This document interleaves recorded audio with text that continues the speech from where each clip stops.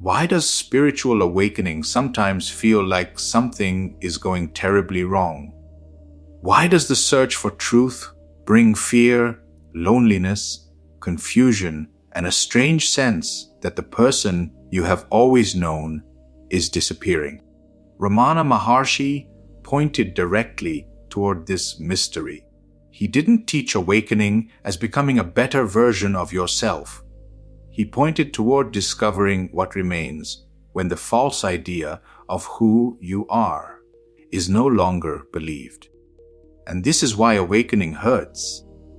You have spent your entire life building an identity. Your history, your relationships, your ambitions. You created an image of yourself and spent years defending it.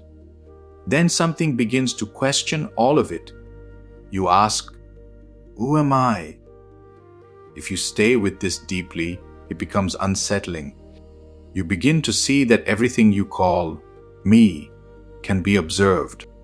Your body, your thoughts, your emotions, your memories, they are all observed. Then comes the frightening question, if all of this can be seen, who is the one that sees? This is where the spiritual path stops being comfortable. The ego does not want an answer.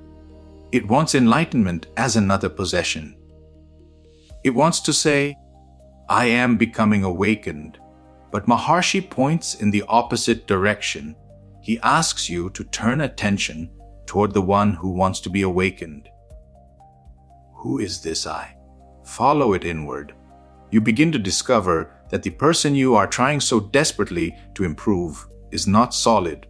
Thoughts, feelings, and roles appear and disappear. Yet something is present through all of this. That presence does not need to become awakened. It is already here. The pain comes because the mind wants truth without the disappearance of the seeker. But what happens when the seeker itself is questioned? This is the death before death. It is the death of the false center around which your psychological world is organized. Naturally, the mind is afraid. You may experience emptiness. Old desires lose their power. You wonder, what is happening to me? But what if nothing is happening to you?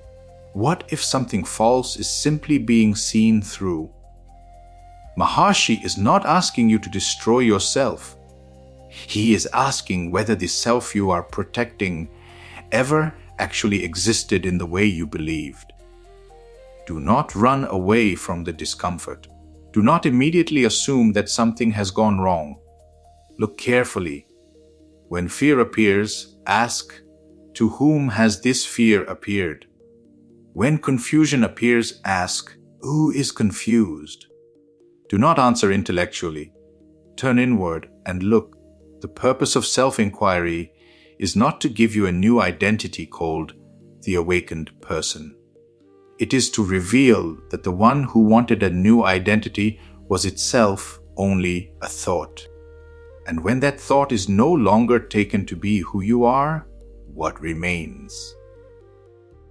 That is why awakening hurts. Not because something real is being destroyed, but because something unreal is losing its authority. The ego calls this death. Maharshi points to it as freedom. If the spiritual path seems to be taking something away from you, pause. Ask yourself honestly, what is actually disappearing? And who is afraid of losing it?